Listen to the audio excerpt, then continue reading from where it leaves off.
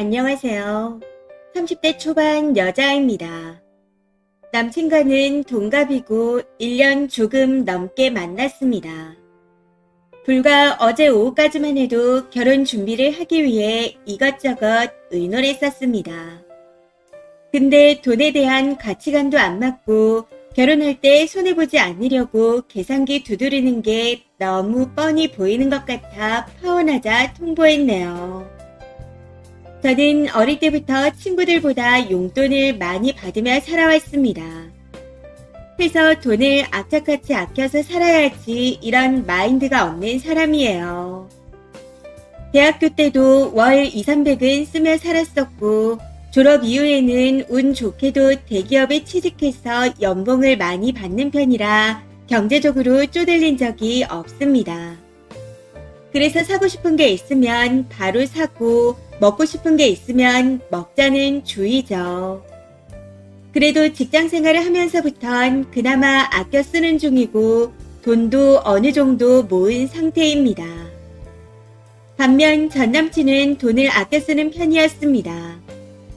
본인 말로는 어릴 때부터 용돈을 코딱지만큼 받으며 자랐다는데 그래서인지 아니면 업무가 고강도인데 그에 비해 연봉이 높지 않아서인지 돈을 엄청 아꼈습니다. 아무래도 내가 얼마나 고생해서 번 돈인데 이런 마인드가 있는 것 같더라고요. 그럼에도 연애할 때까지는 크게 문제가 없었습니다. 아껴 쓰는 편이긴 했었지만 데이트할 때 문제가 될 정도는 아니었거든요. 근데 프로포즈 받고 결혼에 대한 이야기를 시작하고부터 이게 맞는 건가 하는 말들을 술술 뱉어내기 시작하더라고요. 결혼식은 돈이 많이 드니까 안 하겠다. 내가 모은 돈은 주식에 묶여 있는데 마침 요즘 하락장이라 팔면 손해라서 안 팔 거다. 차라리 네 주식을 좀 팔아서 비용을 마련하자. 하고 말했거든요. 이건 아무리 생각해도 무슨 멍멍이 같은 논리인지 아직도 이해가 되지 않습니다. 주식이 하락장인데 지 건 팔면 안 되고 제 건 팔라는 게 아직도 어이가 없어요. 이외에도 나는 결혼해도 매달 사던 주식 100만 원은 변함없이 사겠다는 말도 했었는데 이게 말인지 막걸리인지 모르겠더라고요. 아니 월급에서 주식 100만 원 사고 본인이 쓰는 용돈을 이것저것 제외하면 남는 돈이 50만 원도 안 된다는데 도대체 그걸로 뭘 하라는 건지. 물론 상여금이 따로 있긴 합니다. 그러니 그걸로 충당하라네요. 이 말을 듣고 너는 왜 나한테 얹혀서 살려고 해? 이럴 거면 그냥 끝내자. 하고 파혼을 통보했습니다. 사실 프로포즈를 받은 직후 전 남친이 집은 10억짜리를 사고 싶다는 말을 했었네요. 이걸 본인 엄마한테 말했더니 그래, 니네 둘 연봉이면 사도 되겠네. 라고 답하셨답니다. 돈이라도 보태주면서 하는 얘기냐고요? 그것도 아닙니다. 단 1원도 지원이 없다 들었거든요. 이때부터 제 등에 빨대를 꽂으려는 것 같아 묘하게 기분이 나쁘기 시작했던 것 같습니다. 사실 제가 연애 초반부터 한 얘기가 있었습니다. 결혼하면 돈 관리는 무조건 내가 하겠다. 난 이게 제일 중요하다. 앞서 말씀드렸듯이 전 남친과 돈 쓰는 감각이 정말 많이 다르기에 남친에게 경제권을 넘겨주면 하루하루 피말리는 기분일 것 같았습니다. 남친이 뭘 하나 사려 하면 가성비를 따져서 최대한 싸구려를 사려고 합니다. 좀 웃긴 건 그 와중에 지 옷은 50만원짜리를 지른다는 거죠. 유모차는 20만원짜리를 사도 된다 하면서 지는 명품 지갑에 30만원짜리 신발을 신는 인간입니다. 해서 이 남자한테 돈을 맡기게 되면 스트레스로 제 수명까지 못 살겠다 싶더라고요. 그래서 이번에 다시 한번 돈 관리는 내가 하겠다 말했더니 그럼 각자 100만 원씩을 공용 통장에 넣고 나머지는 각자 알아서 하자 하더군요. 그래서 그럼 애는 내가 낳으니까 육아휴직은 너가 낼 거야. 하고 물었더니 그건 절대 못한답니다. 영업직이라 육아휴직은커녕 평일에 늦게 퇴근해서 집안일을 하거나 아이를 볼 시간도 없다네요. 그렇다고 생활비를 지가 더 낼 것도 아니면서 뭐가 그렇게 당당한 건지. 그냥 염치라는 게 아예 없는 것 같았습니다. 그러고 보니 결혼 얘기가 나오고 난 후부터 제가 쓰는 돈에 대해서도 조금씩 간섭하기 시작했었네요. 옷이라도 사면 이거 얼마짜리야? 너가 돈을 너무 막 써서 걱정돼. 하고 말하는데 기가 차서 아무 말도 못했었습니다. 이때 막 써도 너보다 많이 벌어서 문제 없으니 네 앞가림이나 잘하라고 말할 걸 후회가 되네요. 아무튼 위에 일들이 쌓이고 쌓여서 어제 헤어졌습니다. 결혼 비용 얘기를 하다 진심 거지 같아서 헤어지자 통보했네요. 오늘 아침에 급하게 사과하면서 얘기를 나누고 싶다는데 그냥 다 쌩까고 차단해버렸습니다. 그 와중에 가스라이팅 하려고 네가 원하는 남자는 없을 거라는데 너 같은 남자랑 결혼하느니 그냥 혼자 살 거라고 해줬습니다. 그냥 이런 인간이랑 연애한 세월이 아깝다 싶어 속풀이라도 해보고자 글을 써봅니다. 댓글입니다. 첫 번째. 속이 시원하네요. 수준 안 맞는 사람 만나지 마세요. 요즘은 끼리끼리 만나야 잘 삽니다. 살아가는 방식, 자라온 환경, 부모님의 교육 방식 등등. 안 그래도 결혼하면 싸울 일이 많은데 기본적인 조건부터 안 맞으면 싸울 거리만 더 늘어나죠. 그런 결혼을 뭐하러 하나요? 서로 윈윈하는 결혼을 해야죠. 사는 게 구질구질하면 밑바닥이 금방 드러나게 되어 있습니다. 두 번째, 이건 파혼이 아니죠.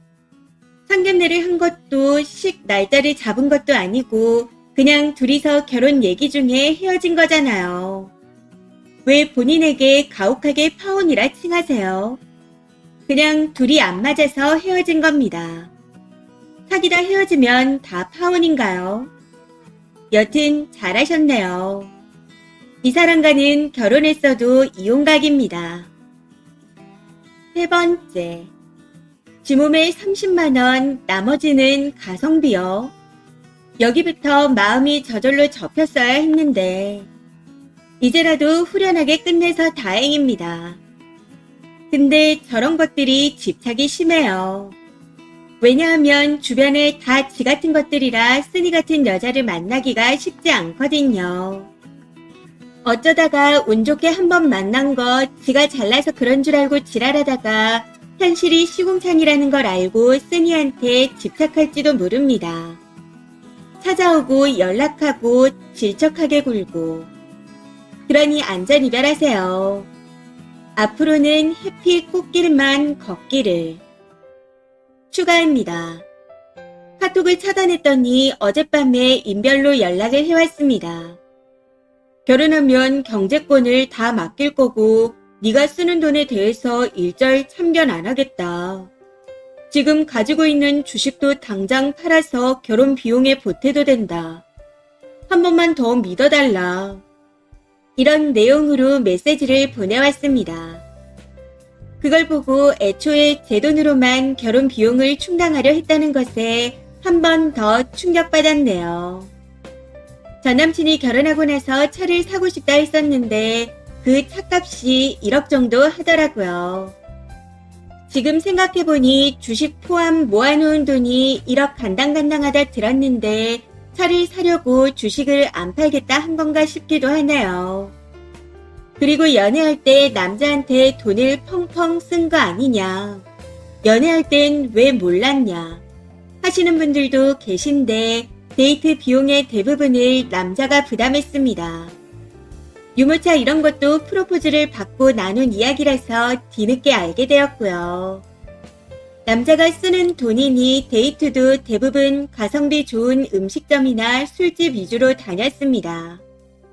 여행같이 돈이 좀 나가는 건 무조건 반띵했고 저는 가끔 밥이나 커피를 사는 정도였습니다.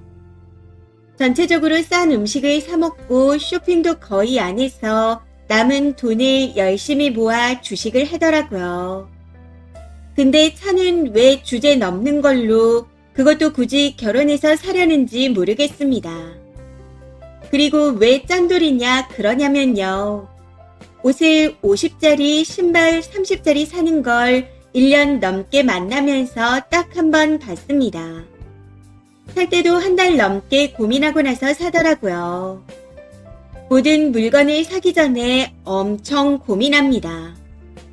진짜 생활에 필요한 건지 더 가성비 좋은 건 없는지 하면서요. 1년 동안 옷 한 벌에 신발 한 켤레만 사던데 그렇게 가끔 사는 거니 진짜 마음에 들고 좋은 걸 사려고 합니다. 어찌 보면 알뜰해서 좋은 건가 싶지만 애 유모차는 왜 본인 신발보다 싸야 하나 싶어 벙쪘습니다. 연애할 땐 그냥 알뜰하네. 근데 나한테도 이걸 강요하면 피곤하겠다.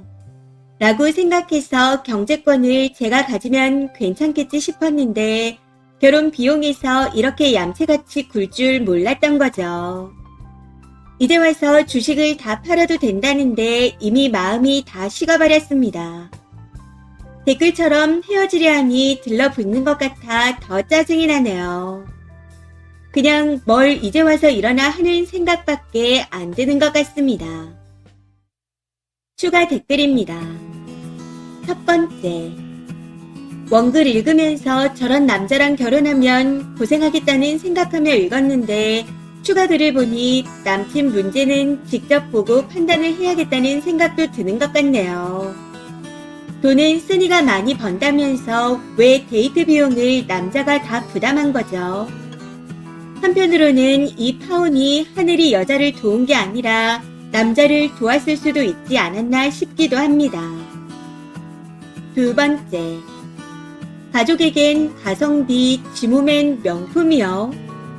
이런 사람 만나면 여자가 평생 고생하며 살게 될 겁니다. 지몸에 두르는 걸 1년에 한 번 구매한다 하더라도요. 그럼 그만큼 가족들에게 들어가는 돈을 더 아끼려 들 거고 그도 안 되면 여자 돈으로 메꾸려고 하겠죠. 거기다 기본 베이스에 집안일이나 육아는 아예 참여하지 않겠다는 것도 깔려 있고요. 그냥 거지 근성이 다분합니다. 뒤늦게 빨대 못 꽂을까봐 져주는 척 하는 것도 어이가 없네요. 마지막까지 안전이별하세요. 이번 사연은 여기까지입니다. 시청해주셔서 감사합니다.